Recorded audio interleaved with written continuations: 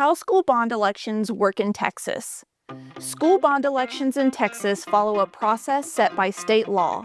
Here's a simple breakdown of how it works. First, districts identify facility needs by conducting a thorough district-wide assessment of needed repairs, renovations, and expansions. This can include aging buildings, safety updates, capacity, and long-term planning. Districts review data, including facility conditions, enrollment trends, demographic projections, and projected costs. They develop a multi-year master plan that aligns capital investments with educational goals and assesses the INS tax impact. Many districts, including Victoria ISD, also involve a community group, like our 43-member Bond Action Committee, to review information, build trust, and provide input. The school board then calls for an election.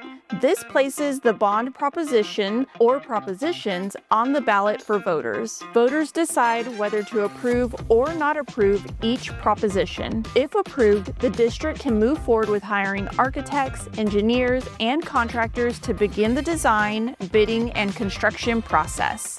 If not approved, the proposed projects do not move forward. School bond elections give the community the opportunity to decide on funding for large capital improvement projects that can only be funded with bonds. That's because general school funding is built to support everyday operations, not large construction projects, so bonds are the process used to fund those types of improvements. Every step in the process is guided by state law and local oversight.